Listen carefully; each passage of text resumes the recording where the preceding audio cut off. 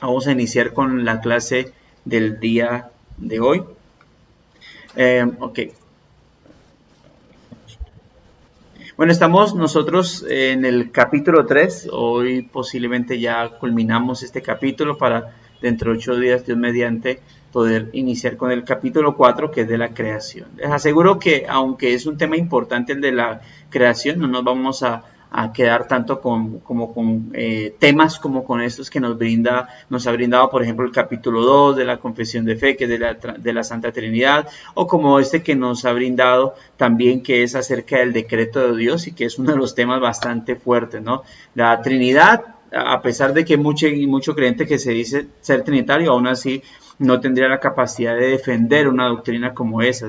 Y solamente se queda en lo trinitario, pero es una doctrina que ha sido por los tiempos bastante atacada, ¿no? De forma fuerte atacada. Y el decreto de Dios, que bueno, mucho del común denominador del cristiano no acepta esta doctrina como tal, porque pues es difícil que para el creyente en su orgullo humanista, o para el evangélico en su orgullo humanista, saber que como que no tiene el poder en sus manos, sino que le corresponde entonces someterse a lo que Dios ha determinado para sus vidas. Pero es lo que Dios ha establecido, ¿no? Recuerde que estamos hablando bajo bajo el punto la inalterabilidad del decreto de predestinación. Estamos hablando bajo un segundo punto, que es su indetenible resultado, hablando de la motivación, del decreto para predestinación a vida, basado en los párrafos 5 y 6, que es en los cuales nos encontramos. Ya estuvimos hablando el párrafo 5, bajo el título La motivación de la elección para predestinación a vida. Mencionamos que fue meramente por su libre gracia y amor. Dijimos que nada en la criatura redimida causó la elección y predestinación para vida. Eso nos llevó entonces a observar el párrafo 6, bajo el título La ejecución de la elección para predestinación a vida, ¿no?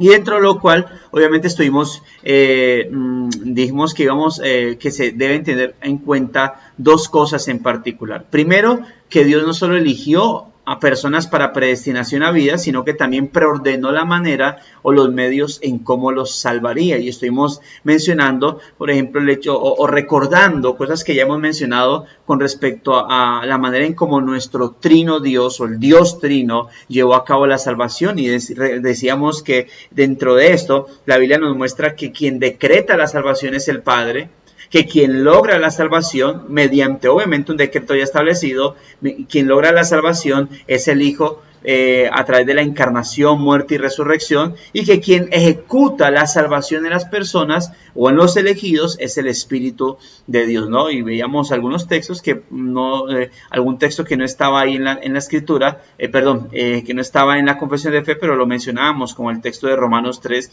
24 al 26, donde se nos enseña cómo o qué es lo que Dios ha hecho para la salvación. Y unos textos en particular, como es el de Primera de Pedro 1:2, Segunda Tesalonicenses 2:13, Efesios 1, que aunque en la confesión de fe está 1:4, nosotros leímos lo que es el 7, junto con el 13 y el 14, que es donde ya plantea ese medio, ¿no? Y cómo Dios ha llevado a cabo. ¿Y por qué mencionábamos todo esto? Bueno, para dejar en claro lo que mucha gente cree que nosotros, o aquellos que creemos en la predestinación y la enseñamos, creen de nosotros, ¿no? Falsamente creen de nosotros, y es que nosotros hablamos acerca de una permisividad del pecado, o que nosotros motivamos a la gente a pecar, porque como si hablamos de predestinación, entonces ya si yo soy predestinado, no importa si me aparto, al final me voy a salvar. Pero eso es falso, ¿no? Porque precisamente veíamos cómo ha sido la manera en cómo Dios ha salvado, y está relacionado con una redención, un cambio de vida. Luego, que hablamos todo esto, bueno, mencionábamos que teniendo en cuenta, hace 8 días lo vimos así de forma rápida, pero que teniendo en cuenta que Dios también predestinó los medios, la confesión bautista de fe puede afirmar como conclusión que por lo tanto los que son escogidos, aunque han caído en Adán, son redimidos por Cristo, ¿no? Y estuvimos hablando acerca de esos textos en particular, redimidos por Cristo. ¿Qué significa esto? Bueno, que fuimos liberados del poder del pecado. lo cual obviamente fue logrado por el sacrificio expiatorio en la cruz del Calvario y el derramamiento de su sangre. Y eso lo estuvimos viendo ya en la confesión hace 8 días, ¿no? Citamos dos textos en particular, 1 Tesalonicenses 5, 9 al 10 y Tito 2, 14. Vimos también que dentro de esos medios que Dios ha determinado, o esos medios que Dios ha preordenado para establecer la forma en cómo nos salvaría, bueno, vimos que también hay un llamamiento eficaz por Dios mediante su Espíritu. Entonces, ahí dice la confesión de fe, eficazmente llamados a la fe en Cristo por su Espíritu, obrando a su debido tiempo. Y lo cual obviamente veíamos que a su debido tiempo, o lo que debemos entender con ese a su debido tiempo, es que para cada elegido existe un tiempo, un día, una hora en particular en el cual Dios por su Espíritu le va a llamar, ¿verdad? Muchos de nosotros hemos sido elegidos por Dios, fuimos elegidos por Dios, pero eso no significaba que desde que nacíamos o desde que nacimos ya éramos creyentes, o desde que nacimos ya éramos santos, purificados. En la mente de Dios sí, pero no en la vida real, si podemos decir así, o más bien en el momento del presente, ¿no? En el presente, en cuando nuestra vida estaba ahí. Es decir, que si nosotros nos moríamos así, obviamente pasaría algo, pasaríamos a condenación y algo ocurriría dentro del decreto de Dios. ¿Qué pasó? Bueno, que no se cumpliría, si es que éramos elegidos, pero el hecho de que alguien muera sin llegar al cristianismo, sin haber sido salvo por el Señor, no significa que el decreto no se haya cumplido, significa simplemente que esa persona muere sin la salvación, y muere sin la salvación es porque Dios no determinó dársela. Pero ¿es esto injusto? ¿Esto es injusto ante nuestros ojos? ¿Eso pone una perspectiva de injusticia al Señor? No, porque simplemente hemos dicho hemos repetido en varias ocasiones que la condenación de los hombres es lo justo delante de Dios, que la condenación del ser humano es algo que realmente el ser humano merece. Pero que la salvación es algo que el ser humano por misericordia ha recibido. Y eso lo determinó Dios ¿desde qué? Desde antes de la creación de todas las cosas. Dicho de otra manera, si hablásemos de justicia divina, entonces todos teníamos que ser condenados. Por eso cuando hablamos de salvación, hablamos de misericordia, no de justicia. Misericordia, justo todos condenados. Por eso que alguien diga, pero es que esa persona ¿cómo se va a salvar si Dios no la quiso elegir? Eso es injusto que la condene. No, no está siendo injusto que la condene. Esa persona está recibiendo su justicia. Y entonces nosotros, ¿por qué somos salvos? Bueno, por eso tuvo Dios que enviar a su Hijo a morir. ¿Para qué? Para que usted y yo fuésemos redimidos y por lo tanto salvos. De otra manera, si Cristo no viene, si Cristo no hubiese muerto en la cruz del Calvario, todos nosotros, todos los seres humanos pasaríamos a condenación. Por eso los del Antiguo Testamento, ¿cómo murieron? Sino siempre bajo la esperanza de un Dios redentor. O sea, siempre el término redentor o salvador no solamente aparece a partir de Cristo, ya estaba en la antigüedad. Es decir, ellos ya veían la necesidad de un salvador desde antes, incluso del nuevo pacto, desde antes, incluso de la era de Moisés. Ahora, dice, cuando hablamos de otro tiempo, por ejemplo, un texto que no está en la confesión de fe, Colosenses 1:20 al 22. Colosenses capítulo 1 verso 20 al 22. Quiero que lo compartamos para hacer referencia a lo que estoy diciendo, que antes nosotros en un momento no éramos creyentes y luego sucedió, dice, y por medio de él, hablando de Cristo, dice, reconciliar consigo todas las cosas, así las que están en la tierra como las que están en los cielos, haciendo la paz mediante la sangre de su cruz. Y dice, y a vosotros también, que erais en otro tiempo extraños y enemigos en vuestra mente, haciendo malas obras, ahora os ha reconciliado en su cuerpo de carne por medio de la muerte, para presentaros santos y sin mancha e irreprensibles delante de él. Observe entonces cómo se presenta el hecho de que eficazmente llamados, necesitamos, el creyente necesita ser eficazmente llamado. Ahora, estos elegidos caídos en Adán, aparte de ser obligatoriamente redimidos y llamados por Dios, también son justificados, ya lo vimos. Justificación, ¿qué significa? Ser declarados justos. Y ahí debemos recordar que la manera en cómo el ser humano es justificado es gracias a la redención y luego de esa redención mediante la fe en aquel que causó esa redención, el cual es Cristo. Leíamos Romanos 8:30 que a los que predestinó llamó y a los que llamó justificó. Ahora, al ser justificados, entonces somos adoptados. Y esto es interesante con el término con el término adopción, porque la palabra significa, eso hace referencia que antes de Cristo nadie es hijo de Dios, solo por Jesucristo. Ahora, pero si usted dice antes de Cristo nadie es hijo de Dios, ¿qué pasaba con los del Antiguo Testamento? Bueno, lo que mencioné ahorita acerca de los redimidos en Cristo. En el Antiguo Testamento la gente para alcanzar redención tenía que poner su fe totalmente en Dios como Salvador. De otra manera es decir, que si Dios no se presentaba a ellos para hablarles y para tocarles como sucedía en aquel entonces, esas personas no serían salvas. Si esas personas no tenían un encuentro con el Dios Salvador, entonces ellos no lograrían la salvación. Por eso recordemos a Abraham, cuando antes de ser Abraham, era Abraham. ¿Qué pasó con él? Está en una tierra pagana y Dios lo llama. Y Abraham, en medio de todo eso, es tocado por la voz poderosa del Señor. ¿Y qué ocurre? Bueno, le sigue. Bueno, ahora en Cristo, el término adopción significa que antes de Cristo nadie es hijo de Dios, que solo por Jesucristo es que Dios hace que simples criaturas nos convirtamos en hijos de Él. Debemos recordar o tener en cuenta que en la adopción, así como sucede ahora, hasta donde sé y hasta donde he escuchado, en la adopción, en el término adopción no es que los hijos van a buscar a ver quién va a ser su padre. En la adopción, el que elige es el que va a adoptar, no el adoptado. Y eso lo vemos en Juan capítulo 1, versículos 12 y 13, para recordar un poco este tema de la adopción o de cómo es que el Señor ha operado en nuestra vida para que realmente llegamos a la salvación. Todo esto que estamos viendo es para aclarar entonces que en la predestinación para la salvación no es simplemente Dios predestinó para salvar, listo, ya todo el predestinado es salvo.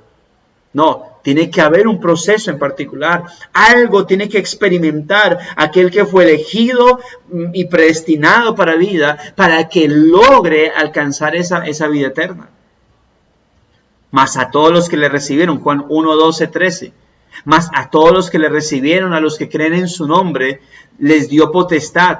Dios a esas personas les dio potestad, autoridad, permiso de ser hechos hijos de Dios. Y acerca de ellos, ¿qué dice? Los cuales, esos hijos de Dios, esos que recibieron autoridad de ser hijos de Dios por cuanto recibieron y creyeron en el nombre de su Hijo. Los cuales no son engendrados de sangre. Es decir, un hijo de Dios no nace porque es hijo de un creyente o hijo de un hijo de Dios. No son engendrados de sangre, ni de voluntad de carne, no es porque yo lo decidí, ni de voluntad de varón, no es porque otro lo decidió, sino por voluntad de Dios. Fuimos engendrados por voluntad de Dios. Ahora, esto hace que esas personas también sean entonces santificados. Y recordemos que el término santificados significa que hemos sido apartados de Dios y para Dios. Hemos sido apartados por Dios, para Dios. Eso significa el término apartado. Santificado en nuestra era presente no significa hecho perfecto, que es lo que a veces pasa con algunos impíos o con los impíos con respecto a los creyentes. No somos santos en el sentido de perfectos, no somos santos en el sentido de puros, sin pecado alguno. Somos santos en el sentido de que Dios nos apartó de este sistema para vivir para Él. Y nuestro objetivo entonces, con base a eso que el Señor ha hecho en nuestra vida, de haber sido apartados por Dios y para Dios, nuestro objetivo entonces es vivir como tal, vivir apartado del sistema pecaminoso de este mundo. Y estos elegidos también finalmente serán ¿qué? Glorificados, guardados, como dice la última parte de la fracción de la cuarta fracción del párrafo 6, y guardados por su poder mediante la fe para salvación. Esto quiere decir que siempre seremos ayudados por Dios para permanecer en Él. Es decir, Dios no solamente determinó salvarnos, Dios también determinó la manera en cómo nos salvaría. Y esto es a través de ¿quién? Mediante su Hijo. Y mediante su Santo Espíritu. Pero también determinó la manera de mantenernos en sus caminos. De mantenernos en sus caminos, amados hermanos. Dios también determinó ello. Así que debemos, amados hermanos, entonces entender la necesidad, amados hermanos, de que entonces nosotros podamos aferrarnos cada día a nuestro Señor. Leímos hace 8 días, primera de Pedro 1, 3 al 5 y Judas 1, 24 al 25. Ahora, lo que he hecho obviamente es fortalecer un poco esto que hace 8 días mencioné a manera rápida. Y algo que aclarar con respecto a esto es que la Confesión Bautista de Fe aquí nos ha dado un ordo salutis. Recuerda que ordo salutis significa orden de salvación desde los sucesos históricos. Es decir, cómo ocurrió, cómo es que Dios llevó a cabo, organizó la salvación para nuestra vida dentro de la historia divina de redención. Es decir, la Confesión de Fe nos está hablando hasta el momento de que históricamente, en los sucesos divinos, Dios elige y predestina, primero. Segundo, Dios envía a su Hijo para redención, luego de que obviamente ha llevado a cabo la creación de todo. Y luego Dios envía a su Espíritu para aplicar los logros de la redención. Ahora, entre lo que es la elección y predestinación y la llegada de su Hijo, la manera en cómo Dios ha operado es a través de la fe en Él como Redentor. Es decir, como lo dije ahorita, la gente en el antiguo pacto, los que tenían el privilegio de alcanzar la salvación, eran aquellos que tenían una relación directa con Dios, es decir, aquellos a quienes Dios se acercaba. En el tiempo fue con Adán, luego que fue redimido de su pecado en el Edén. Luego viene la familia, luego viene el linaje de Set. La Biblia habla de los hijos de Dios y los hijos de los hombres. Y los hijos de Dios lo tenían en el linaje de Set. Luego va pasando el tiempo, luego que se encuentra con el tema de Noé, ¿verdad? Noé viene del linaje de Set. Y era como esa línea que llevaba lo que era la redención. Luego en Noé, quien toma ese linaje de redención es Sem, el linaje de Sem. Y del linaje de Sem es que viene Abraham. Luego con Abraham, aunque tuvo 2 hijos también, Ismael e Isaac, es Isaac el hijo de la promesa. Y luego en Isaac viene Jacob, y aunque Jacob tuvo 2 hijos, aunque Isaac tuvo 2 hijos, que es Esaú y Jacob, fue Jacob el que recibió obviamente ese linaje, esa línea de redención. Y ya obviamente de Jacob viene el pueblo de Israel. Pero dentro del pueblo de Israel no toda la nación como tal era automáticamente hijos de Dios, sino solamente aquellos que se acercaban al Señor. Por eso vemos cómo Dios desechó a muchos y castigó con la muerte a muchos que se rebelaron contra Él. Y luego entonces, a partir de ahí, ya viene Cristo. Y esas personas, a través del pacto con Moisés, era que veían a Dios como su Redentor. Entonces veían al Dios santo, juez, a quien debían rendirse, pero cuando pecaban podían acercarse ante Dios como su Salvador y como su Redentor a través de sacrificios. Hasta que llega Cristo, el cumplimiento de todas las cosas. Entonces, dentro de esa historia redentiva está Dios elige y predestina, luego, haciendo un gran salto desde la creación y pasando por todos los pactos, Dios envía a su Hijo para redención, y luego, pues, de la ascensión, Dios envía a su Espíritu para aplicar los logros de la redención en la cruz de Cristo. Sin embargo, cuando hablamos de la manera espiritual en cómo sucede o se aplica la salvación en nuestra vida, ya es diferente. ¿En qué sentido? Bueno, cuando se habla desde la historia, hablamos de elección y predestinación, luego hablamos de ¿qué? De Cristo viniendo a morir y resucitar para lograr la redención. Y luego que Cristo resucita y asciende, vemos entonces cómo el Espíritu de Dios es enviado para llamar a las personas. En otras palabras, desde la historia de la redención, hablaríamos de primero la redención de Cristo y luego la obra del Espíritu Santo, ¿cierto? Desde lo que es históricamente hablando. Pero cuando ya estamos en este momento, la manera en cómo espiritualmente se aplica la redención es diferente. Por ejemplo, en el orden de salvación, solo hasta cuando somos regenerados y llamados por Dios es que la expiación y redención de Cristo se aplica a nuestra vida. Históricamente es venida de Cristo con redención y luego la venida del Espíritu Santo con el logro, con la aplicación de la redención. Pero ya estando aquí, ¿verdad? En nuestra vida espiritual, en nuestra vida como seres humanos, primero es el llamado, primero es la obra del Espíritu de Dios en nuestra vida y luego entonces ahí se aplica la redención. Ya en el punto, en el ámbito espiritual, en la aplicación de todo eso en nuestra vida es diferente. Entonces ya tenemos, obviamente hay una base de todo, elección y predestinación. Es la base de por qué, es la razón de por qué llega la salvación a nuestra vida. Porque Dios eligió y predestinó en amor para vida eterna. Luego pasa todo el tiempo, la creación, hasta que estamos acá, nosotros nacemos, pero nosotros, como dije ahorita, no nacemos salvos en cuanto a la aplicación literal. Nacemos como criaturas elegidas, pero necesitadas de aquello para lo cual Dios nos eligió y predestinó. Por eso entonces hablamos de que en su determinado momento, en el tiempo que dio, en el tiempo, día y hora que Dios determinó, ¿verdad? Llega entonces el llamado de Dios.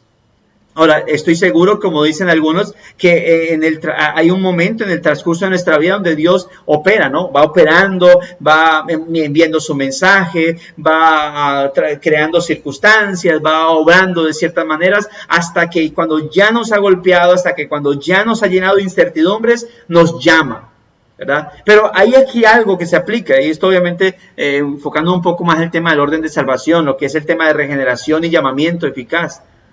Algunos dicen, Dios primero nos llama y por eso nos regenera. Otros dicen, no, Dios primero nos regenera y luego nos llama. Yo soy de los que creo que Dios primero nos regenera y nos llama. ¿Por qué? Porque es en la regeneración que recibimos vida, ¿verdad? Estamos muertos en delitos y pecados. Y un muerto no puede escuchar la voz del Señor sino hasta cuando Dios ha operado en él de manera milagrosa. Por eso yo creo que Dios nos regenera, pero esto de regeneración y llamamiento eficaz, el llamamiento directo de Dios, es un tema de causa-efecto. Es como cuando alguien toma un revólver y dispara, parece como que primero uno no sabe si fue la bala o el disparo, pero porque uno siente a alguien dispara y pum, salió, automáticamente, inmediatamente sale la bala, ¿verdad? Bueno, pero uno sabe que si alguien no dispara, la bala no va a salir. Aunque cuando se haya disparado, pues no se sepa qué es lo que ocurrió, porque ya sale inmediatamente. Así mismo la regeneración, algo más glorioso más bien, es la regeneración y el llamamiento. Inmediatamente hay regeneración sobre el ser humano, entonces viene el llamamiento eficaz, porque es ahí cuando el ser humano puede escuchar la voz del Señor, una vez ha recibido vida de Dios. Y recuerden el tema de Lázaro, ven fuera, ¿verdad? Ahí antes, para que Lázaro haya escuchado la voz de Dios, primero tuvo que haber recibido vida, y así ha escuchado, y así escuchar el llamado del Señor. Y luego entonces, de ese llamamiento eficaz, es cuando lo que Cristo históricamente hizo hace más de 2000 años, es ahí donde eso automáticamente es aplicado. Alguien decía que en el llamamiento eficaz, ¿verdad? Que está envuelto con la predicación del Evangelio, ¿verdad? Porque es lo que hace el Señor, llama, pero porque hay un mensaje, todo ese mensaje que se ha predicado una y otra vez, cobra vida, ¿no? Es como cuando alguien le están explicando las matemáticas y se explica una vez y no entiende, hasta que cuando hay algo, un clic que lo lleva a entender ciertas operaciones, y entonces como si todo lo que se había enseñado y que no entendía, ¡pah!, cobra vida, ¿no? Como que se ilumina. Es como si uno va por la casa, entra a una casa oscura, ¿ya? Y te dicen, cuidado que ahí a 1 metro hay un cajón, no lo vemos. A 2 metros a mano izquierda hay unas sillas y no la vemos, ¿verdad? Hasta cuando se prende la luz y entonces vemos que todo lo que nos habían dicho se hace claro en nuestra vida, porque ya lo estamos viendo. Eso pasa con la regeneración y el llamamiento. Pero la manera en cómo la confesión de fe lo presentó es cómo han sido los sucesos históricos, ¿no? Y luego la redención viene la justificación y así sucesivamente. Así que hay que diferenciar entre el ordo salutis en los sucesos históricos, porque es cómo sucedió históricamente, elección, predestinación, luego la creación, luego el trato de Dios, luego la elección de una nación para ser su pueblo, el trato de Dios para su pueblo, luego la venida de Cristo, la redención de Cristo en la cruz de Calvario, la ascensión, la venida del Espíritu Santo, y empieza ahí entonces Dios a hacer llamamientos por medio de su Espíritu, llamamientos eficaces a las personas. Pero ya aquí en el tiempo presente, en un ámbito espiritual, el ordo salutis obviamente es diferente. Pero siendo todo esto al final, lo último, la glorificación plena de nuestra vida, la cual obviamente ya sucedió en la mente y presencia de Dios, pero en nuestra vida apenas vamos hacia allá, ¿no? La Biblia nos presenta a nosotros como aquellos que fuimos ya glorificados por el Señor, como aquellos que ya están sentados en la presencia de Dios, pero acá, en nuestra vida presente, vamos hacia allá. Y con todo esto, lo segundo a tener en cuenta, recordemos que lo primero a tener en cuenta fue... Lo primero a tener en cuenta es que Dios no solamente nos eligió a personas para predestinación a vida, sino que también preordenó la manera en cómo Dios los salvaría. Ahora, luego de tener en cuenta todo esto que ya estuvimos viendo, lo segundo a tener en cuenta es que el grupo de los elegidos es un grupo divinamente cerrado y preservado. Lo segundo a tener en cuenta es que el grupo de los elegidos es un grupo divinamente cerrado y preservado. ¿Por qué digo divinamente cerrado? Porque no es un asunto de que es que yo quiero predicar que nadie más, sino aparte de los elegidos, será salvo. Que nadie más, aparte, es decir, y que ninguno de los elegidos será condenado. No es algo que uno quiere afirmar o simplemente decir que es así, punto. Es algo que la Escritura enseña. Ahora, con base a eso, por eso que dice la quinta fracción del párrafo 6 de la confesión, del capítulo 3, dice, nadie más es redimido por Cristo, o eficazmente llamado, justificado, adoptado, santificado y salvado, sino solamente los escogidos. Nadie más, sino solamente los escogidos. Y esto puede sonar arbitrario, ¿verdad?, para muchas personas, porque ya hemos dicho, ¿no?, que hay personas que de pronto llegan a afirmar, bueno, y entonces, si una persona que no ha sido elegida llega a los pies del Señor buscando a Cristo, llega a los pies del Señor buscando y clamando por salvación, entonces Dios no lo va a salvar simplemente porque no es elegido. Bueno, Cristo dijo algo muy certero, el que a mí viene, yo no le echo fuera. Así que todos aquellos que llegan a los pies del Señor buscando salvación, ¿qué dice? El Señor hallarán salvación. La Biblia también dice que todo aquel que invocare el nombre del Señor será salvo. ¿Qué significa esto? Bueno, que todo aquel que vaya a Cristo pidiendo salvación será salvo. El asunto es con él, si no es elegido y va buscando salvación. Porque ya hemos dicho que la razón por la cual las personas buscan la salvación, la razón por la cual las personas se acercan al Señor buscando salvación, es porque son elegidos y porque son aquellos en los cuales Dios ha operado. Bueno, todo lo que hemos visto es la razón por la cual nadie más, aparte de los elegidos para predestinación a vida, llegará a los pies del Señor Jesucristo en verdadera conversión y arrepentimiento. Hay mucha gente que sin duda alguna va a llegar al Evangelio, pero una cosa es llegar a una iglesia cristiana, una cosa es llegar al mensaje del Evangelio, aun si son iglesias reformadas, y otra cosa es llegar a los pies de Cristo. Es muy diferente. Tal vez mucha gente reciba el mensaje de Dios, reciba o sea partícipe más bien de esas gracias divinas de las cuales participamos los creyentes en el culto de la adoración pública. En un culto de adoración pública genuino, real, bíblico, que se están elevando oraciones bíblicas, se están entonando cantos e himnos bíblicos, se está exponiendo la palabra bíblica. Así que, ¿qué está sucediendo en ese lugar? La gracia de Dios está ahí. Están esos favores divinos, esos favores celestiales. Y hay gente que no es salva y está ahí siendo partícipe de eso. Pero una cosa es que sea partícipe de lo que el Espíritu de Dios está haciendo ahí. Y otra cosa es que esa persona esté recibiendo directamente al Espíritu Santo. Por eso solamente aquellos que han sido elegidos y predestinados para vida eterna son aquellos que van realmente a recibir la gracia, no de la exposición del Evangelio, no la gracia de escuchar el Evangelio a través de oraciones o cánticos o exposiciones bíblicas, sino la gracia de la salvación sobre sus vidas. Solamente los elegidos lo van a recibir. Por eso aquellos que llegan realmente a los pies del Señor, solamente aquellos que llegan realmente solo aquellos que llegan a los pies de Dios, es aquellos que Dios eligió de antemano, y es aquellos que a su vez obviamente, aquellos por los cuales Dios decidió hacer algo divinamente redentivo a través de su Hijo Jesucristo. Hermanos, si esto no es así como lo hemos mencionado, entonces Dios no es soberano. Y no podemos hablar de la presencia de Dios conociendo quiénes serán salvos y quiénes no. Ya lo hemos hablado anteriormente. Entonces, ¿será que Dios está mirando en su trono hacia la tierra, esperando quién será salvo y quién no? ¿Será que Él está esperando que aquellos que Él está viendo que serán salvos finalmente no se condenen?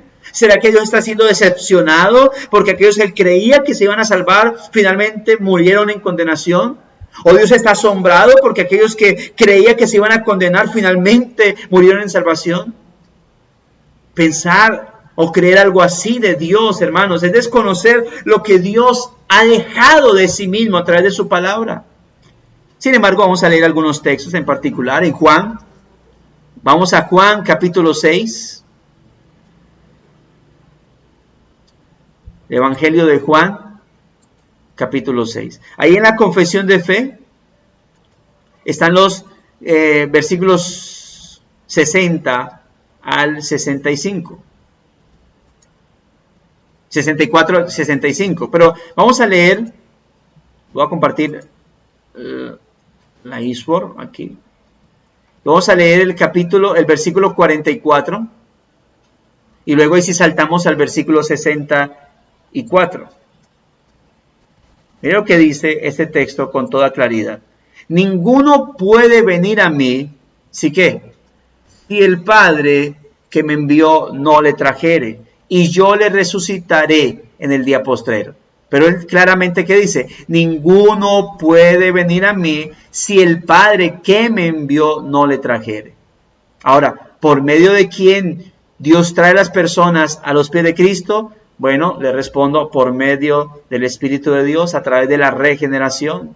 64 y 65. Aquí está. Vamos a leerlo. Dice, pero hay algunos de vosotros que no creen, porque Jesús sabía desde el principio quiénes eran los que no creían y quién le había de entregar. Él aclara, hay algunos de vosotros que no creen. Pero ¿cómo podía saberlo si a mucha gente le seguía? Bueno, sí, es cierto. Pero aún así, dentro de esa gente que le seguía, había muchos que él sabía que no estaban creyendo en él. Versículo 65. Y dijo, por eso os he dicho. ¿Dónde lo dijo? En el versículo 44, o lo que conocemos en el versículo 44. Y por eso os he dicho que ninguno puede venir a mí si no le fuere dado del Padre. ¿Dónde lo dijo? Acá. Ninguno puede venir a mí si el Padre que me envió no le trajere. Acá. Ninguno puede venir a mí si no le fuere dado del Padre. Ahí tenemos, amados hermanos, una gran realidad bíblica con respecto a esto. Por eso, lo que hemos dicho, nadie más. O sea, no es algo que uno esté diciendo, no es algo que es mi posición arbitraria, lo que dice la Escritura. El grupo de los elegidos es un grupo divinamente cerrado, pero a la vez preservado. Juan 8:47. Vamos a leerlo. Juan capítulo 8, versículo 47. Mire este texto, espero lo tenga ahí. Versículo 47. El que es de Dios, las palabras de Dios oye. Por esto no las oís vosotros. ¿Por qué? Porque no sois de Dios. Hay muchos textos. Bueno, aquí está haciendo referencia porque estos fariseos no le escuchaban. Pasemos al capítulo 10, versículo 26. De Juan capítulo 10. Mira lo que dice. Versículo 26 y luego leamos el 27. Bueno, más bien leamos desde aquí. Desde el 26 hasta el 29. La Confesión de Fe solamente nos da el 26, pero nosotros leamos hasta el 29, así que puede ahí añadir eso. Pero vosotros no creéis porque no sois de mis ovejas, como os he dicho. O sea, ya es algo que he hablado con ellos.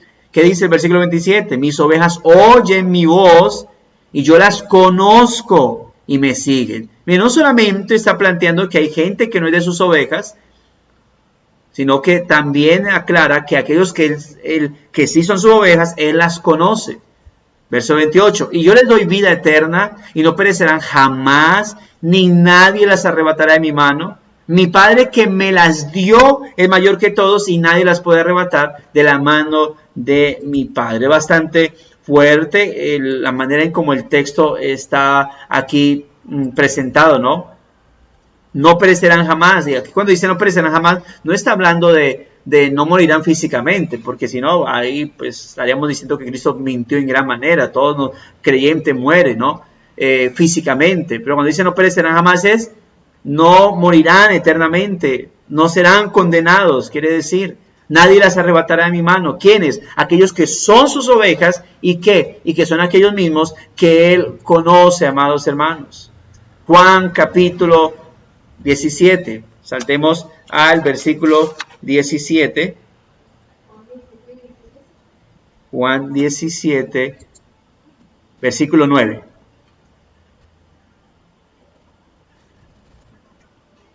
Juan 17, 9.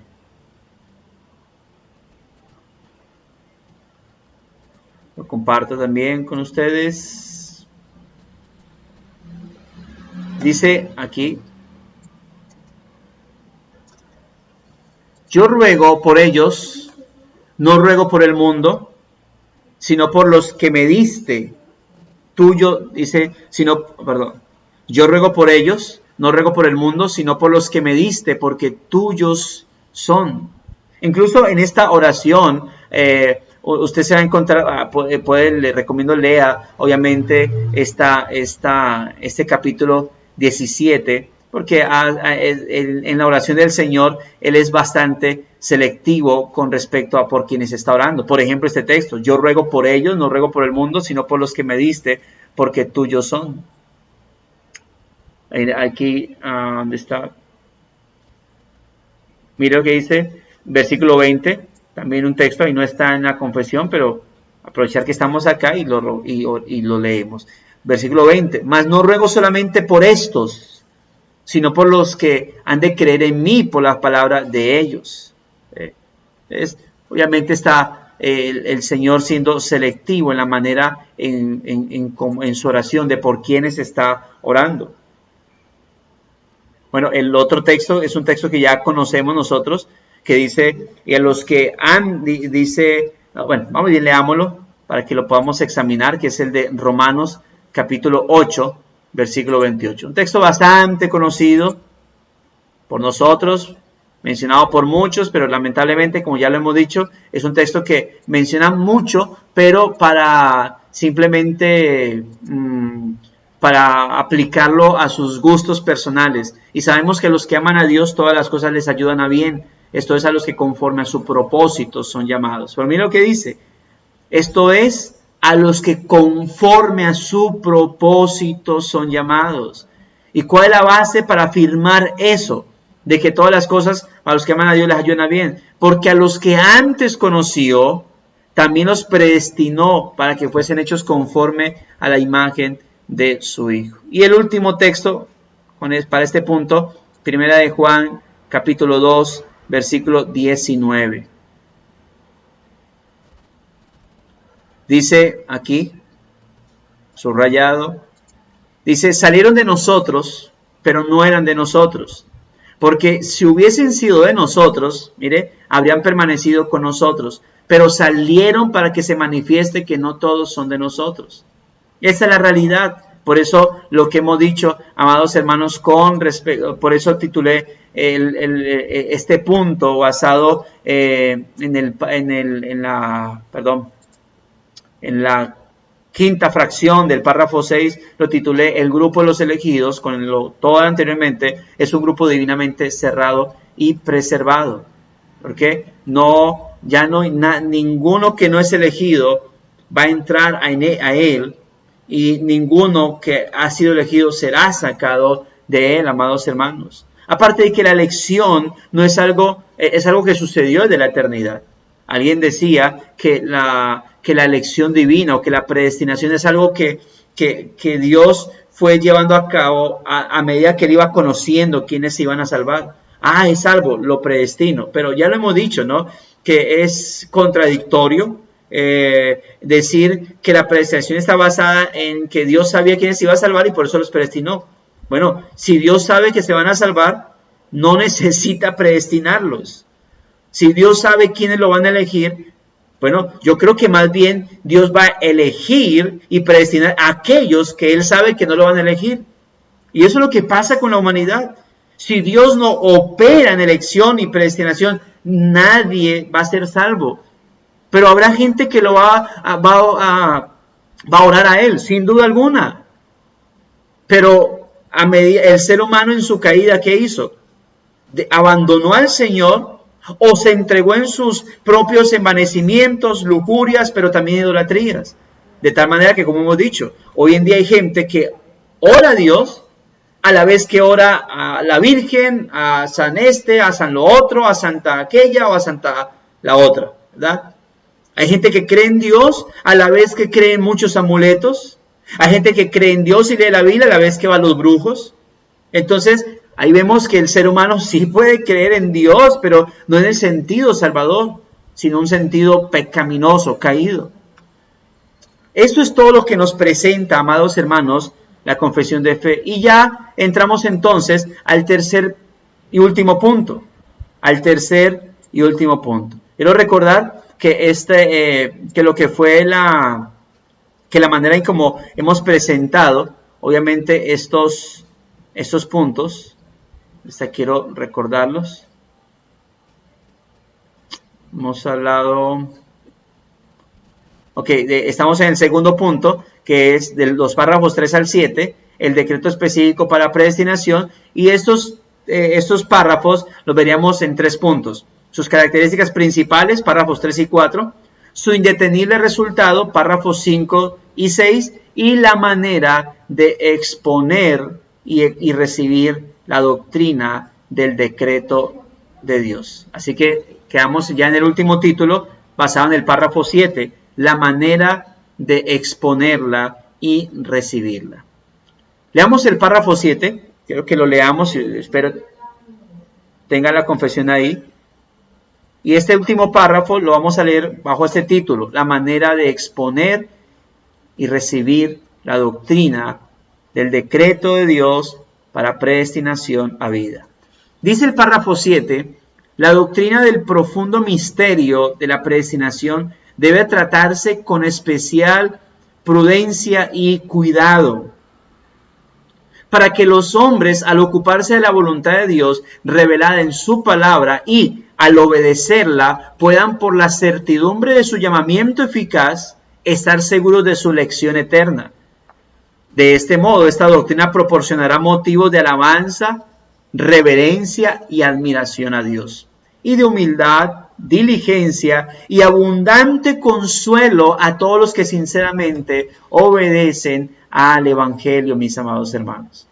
La manera entonces de exponerla es con, obviamente, prudencia y cuidado. Ahora, aquí hay que recordar algo, y es que ciertamente cuando hablamos por este capítulo 3, es lo que llamaríamos en comparación de comidas. Recuerda que la Biblia hace referencia en cómo algunos creyentes deben recibir leche, pero otros creyentes deben recibir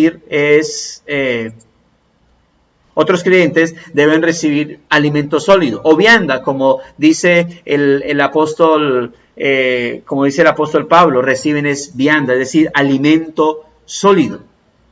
Bueno, la doctrina del decreto de Dios, junto con la enseñanza de la elección y predestinación a vida, no es un alimento fácil de digerir. Es un alimento que contiene doctrina, que contiene realmente textos fuertes, textos pesados, sin duda alguna. No es un alimento que se le pueda dar a cualquier persona. Yo recuerdo en alguna ocasión nos invitaron a una casa y estos hermanos pues tenían su empleada de servicio, si no ofendo a nadie con esta palabra. Pero entonces estábamos ahí, nos sentamos a almorzar y ella también pues se sentó ahí y estos hermanos decían: pastor, por favor predíquele a Juliana de tal, que es muy dura para recibir el evangelio. Entonces, pero creemos que Dios puede hacer algo en su vida. Entonces, inmediatamente él dijo esto: bueno, si es que es predestinada para ser salva. Y yo le dije: no le mencione eso, no se lo diga, porque pues ella no va a entender qué es el tema de la predestinación. Aparte de hablarle de predestinación a una persona que no conoce, al final se va a excusar en ello. Yo recuerdo que alguien nos contaba en una ocasión que no sé, había una iglesia carismática, y en esta iglesia carismática un profeta, no era una iglesia bíblica, un profeta se refirió a una persona y le dijo: Dios me muestra que tú has sido predestinado para ser salvo y tu vida no se perderá.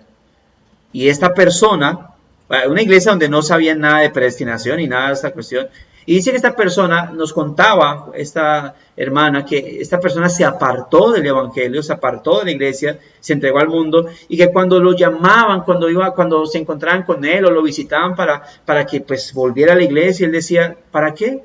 El profeta me dijo que yo he sido predestinado para ser salvo. ¿Ve? Pero ¿cuál es el problema de que se hable de esta doctrina en una iglesia que ni siquiera manejaba o ni siquiera conocía el tema del decreto de Dios o de la predestinación, o de dónde salía, o cuáles eran los textos? Simplemente un disque profeta le dio por decir esto a esta persona. Por eso nosotros no vamos por el mundo predicando el evangelio y diciendo: todos los que son predestinados vengan. O sea, la gente ni sabe qué es predestinado. Yo no sé quién es predestinado. Ellos mismos, obviamente, los impíos del mundo ni siquiera conocen la palabra predestinación. O la habrán escuchado. Hay una canción llanera llamada Predestinación. La primera vez que me di cuenta que existía eso, la escuché a ver, pero no tiene nada que ver con lo que la Escritura dice respecto a la predestinación.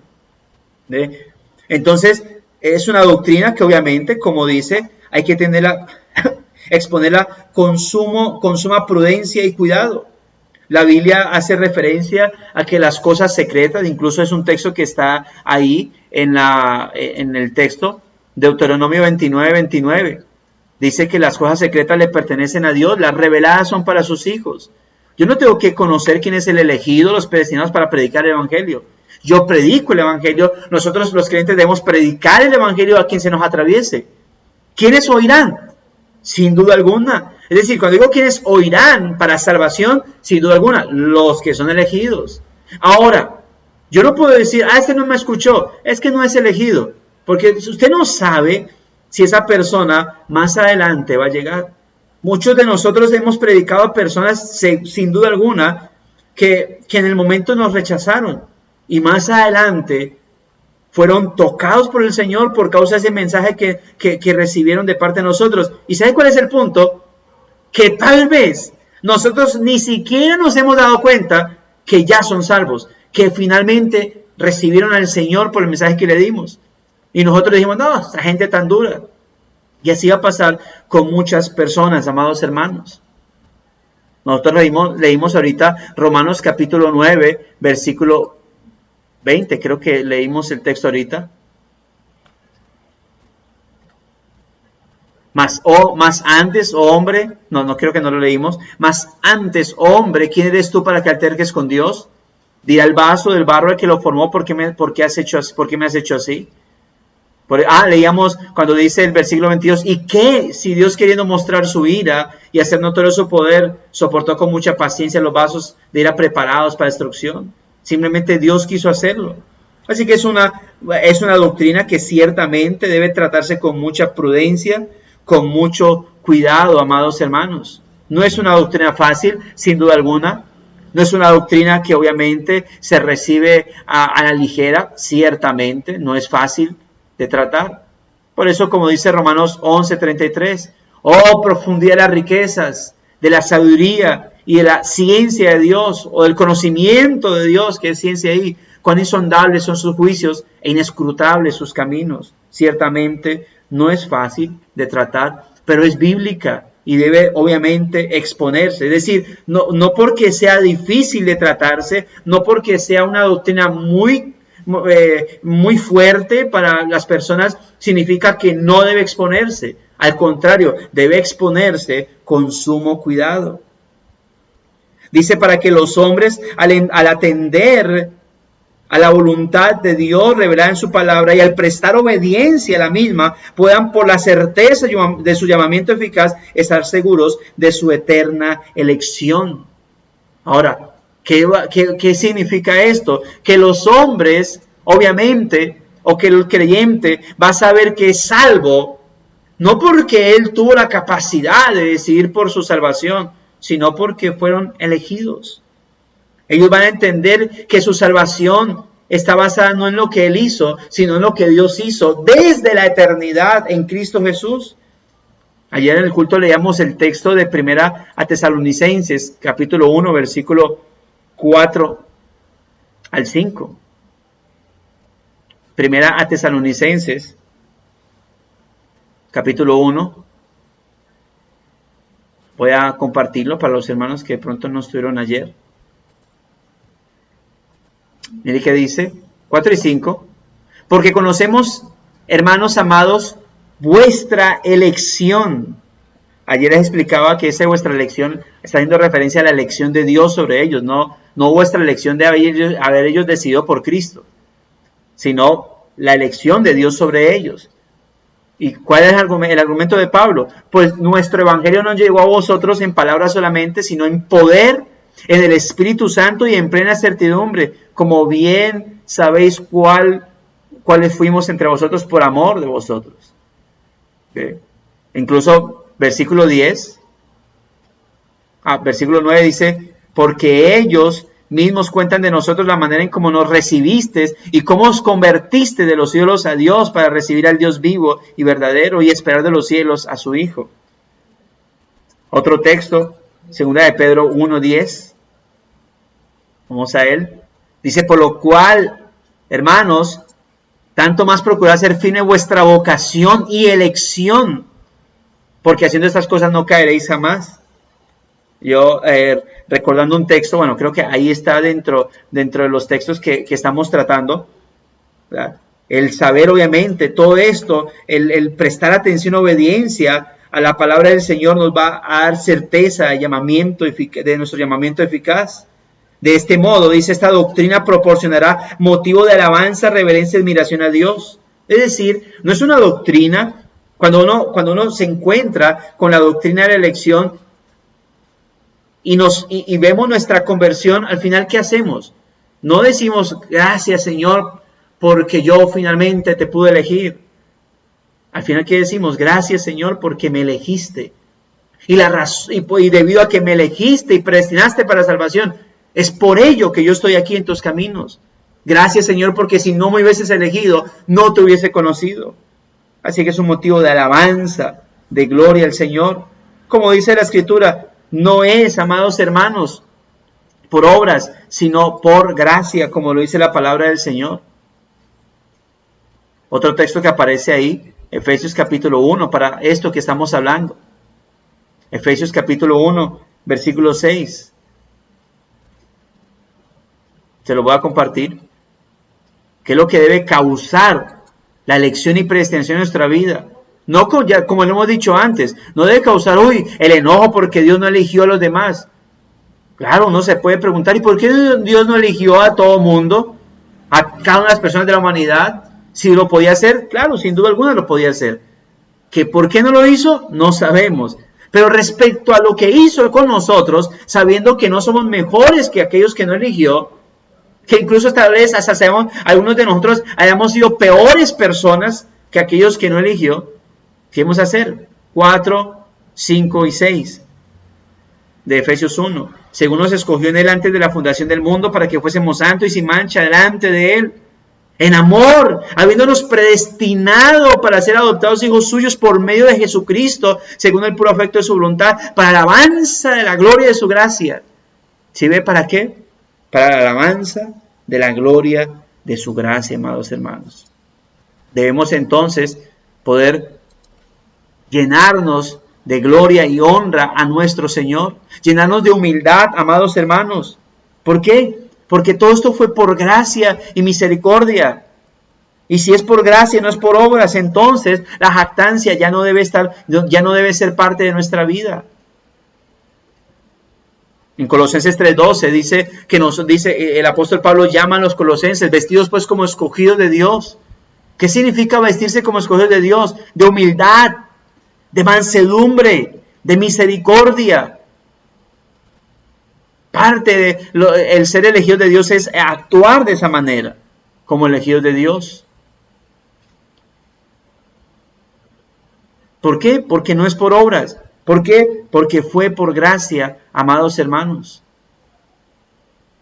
Por eso, como llama el apóstol Pablo a los creyentes de Roma, también deben tener cuidado de más bien no ensoberbecerse porque han sido elegidos por Dios para estar delante del Señor. Somos llamados a la humildad. Eso no nos hace mejores personas. Es decir, eso no nos hace más que otros. Eso es lo único que resaltan. Por eso, si hablamos de una salvación por obras, entonces eso sí resaltaría que nosotros fuimos mejores que otros, porque otros no le eligieron, nosotros sí. Pero cuando hablamos de una elección basada, de una salvación basada de una elección en gracia, ¿qué decimos? Gracias Señor. Gracias Dios porque ¿qué éramos nosotros? ¿Qué somos nosotros? Sino igual, seres humanos, impíos, caídos. Y Dios nos eligió para salvación, amados hermanos. Humildad, diligencia, porque debemos obviamente cada día perseverar en esto que el Señor ha hecho con nosotros. Y abundante consuelo a todos los que sinceramente obedecen el Evangelio, amados hermanos. Que debe procurar esto en nuestra vida. Consuelo, pero también obviamente predicar el Evangelio, exponer el Evangelio. Consuelo a todos aquellos a los que sinceramente obedecen el Evangelio. ¿Por qué? Porque podemos, amados hermanos, confiar en lo que Dios ha hecho en nuestra vida. Ayer precisamente en el culto de meditación, de oración y meditación bíblica, hablamos de cómo en muchas ocasiones tal vez hemos dudado, o muchas o pocas para otros, ¿verdad? De cómo obviamente hemos dudado de si somos o no salvos, de si somos o no elegidos. Pero en medio de toda esa incertidumbre que a veces ha llegado a nuestra vida, que nos ha consolado precisamente ha sido no nuestras obras, porque nuestras obras son las que nos han llevado a tener esos momentos de incertidumbre, ¿soy o no? ¿Y a dónde nos ha llevado el Señor para cobrar fuerza, sino a su palabra, a la gracia de Dios, a la obra del Señor? Y yo quiero cerrar con un texto que ya hemos, que incluso aparece solamente una ocasión en todo esto, pero que a mí creo que debe llevarnos amados hermanos, a cada día dar gracias por lo que el Señor ha hecho en nuestra vida. Segunda Timoteo, capítulo 1, versículo 9. Quiero compartirlo ahí para que lo recordemos. Hablando de Dios, ¿verdad? El poder de Dios, versículo 9 dice, quien nos salvó y llamó con llamamiento santo. No conforme a nuestras obras, sino que, mire que eso es lo mismo que dice en Romanos 8:28, sino según el propósito suyo y la gracia que nos fue dada en Cristo Jesús antes de los tiempos de los siglos. ¿Ve? ¿Desde cuándo Dios predestinó? Es decir, si hablamos de la salvación nuestra inicia desde la elección y predestinación. Desde ahí empieza la salvación nuestra. Por eso dice que nos salvó y llamó con llamamiento santo, según el propósito suyo y la gracia que nos fue dada antes de todas las cosas. Bueno, porque la razón por la cual yo creí en Cristo, la razón por la cual muchos o los elegidos que no han sido salvos hoy en día van a creer en Cristo, es porque ellos fueron elegidos. Amados hermanos, confiamos en el Señor, no en nosotros. Lo que dijo ahorita, la razón por la cual nosotros a veces nos llenamos de incertidumbres por nuestras obras, porque a veces no vemos que somos, pero el consuelo vuelve cuando vemos la obra de Dios, cuando pensamos en la elección divina, cuando pensamos en la obra de Cristo, cuando pensamos en que la salvación es por gracia y no por obras, porque si es por obra no es por gracia, pero si es por gracia, entonces no es por obras. Y nuestra salvación, como dice la palabra una y otra vez, es por gracia. Y agradecemos al Señor por su decreto. Lamentamos, nos duele que de pronto, ciertamente, algunos de nuestros familiares o personas que de pronto vimos como hermanos en la fe no sean finalmente de nuestro grupo, del grupo de los elegidos, de aquellos a quienes Dios llamó de manera gloriosa, redentiva, por gracia. Pero a la vez damos gracias, hermanos. Ahora, el hecho de que no veamos a nuestros familiares hoy en día creyentes no significa que definitivamente no van a llegar. Nosotros no sabemos si van a llegar en el último momento de sus vidas. Nosotros no sabemos ni siquiera si van a llegar a la salvación después de nuestra muerte. No sabemos eso, amados hermanos. Quiero cerrar con respecto a esto. Alguna vez expuse esto, un ejemplo que incluso leí de Spurgeon con respecto a la salvación. Le decía que había un padre que oraba mucho por sus hijos, pedía por la salvación de ellos. Pero estos hombres eran muy duros, iban creciendo y parecían más duros.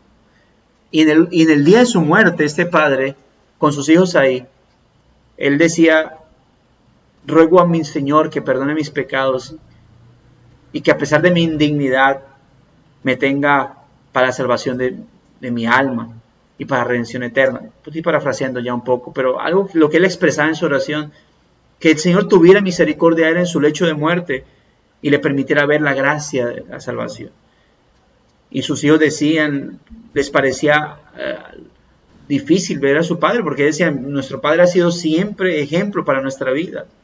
Ahora, este ejemplo, este testimonio lo relataban sus propios hijos. Decían, nuestro padre siempre fue alguien ejemplar, alguien entregado al Señor, y ver a nuestro padre en su lecho de muerte. Para nosotros él va directo al cielo, pero en su lecho de muerte suplicar misericordia y que Dios lo tenga en su gloria, que Dios tenga misericordia de él y que lo salve, causó tanto terror en nuestra vida de que si nuestro padre, viviendo para Dios siempre, aún en su lecho de muerte, suplicaba misericordia, ¿qué se puede esperar de nosotros? Y esa súplica fue la que llevó a estos muchachos a recordar todas las palabras que su padre les hablaba acerca del Evangelio de Cristo, y los llevó a postrarse, suplicando por sus almas.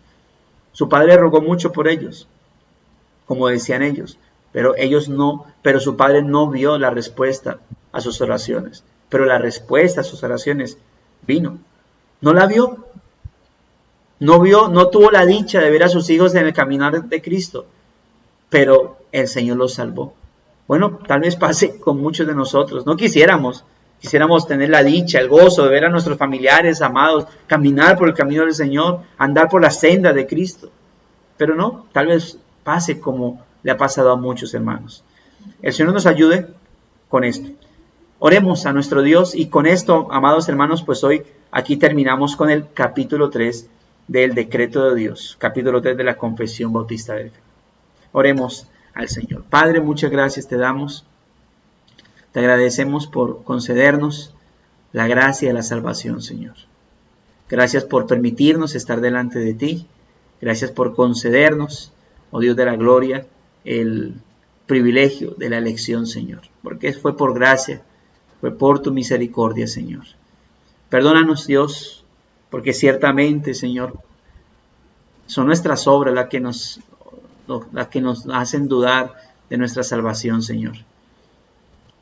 Lo cual se nos llama a meditar, obviamente, a reflexionar en nuestro caminar y a pedirte ayuda para que Señor, nos encamines, nos ayudes a mostrar obras dignas de arrepentimiento y andar como es digno de ti, Señor.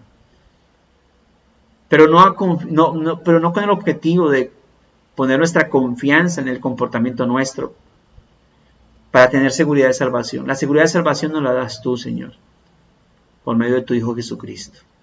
Así que gracias te damos, Señor. Gracias por este tiempo de clases y de devoción espiritual, Señor. Amén y amén. Mis amados hermanos, el Señor les continúe bendiciendo.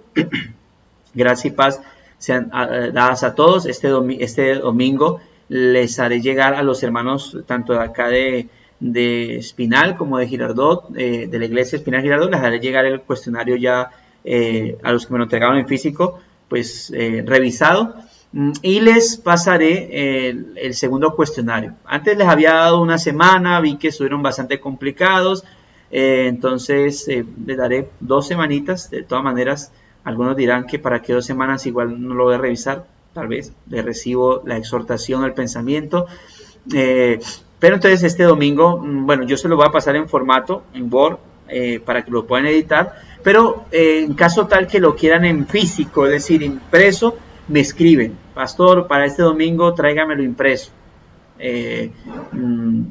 Entonces ya ustedes lo cancelarán. ¿Listo, hermanitos?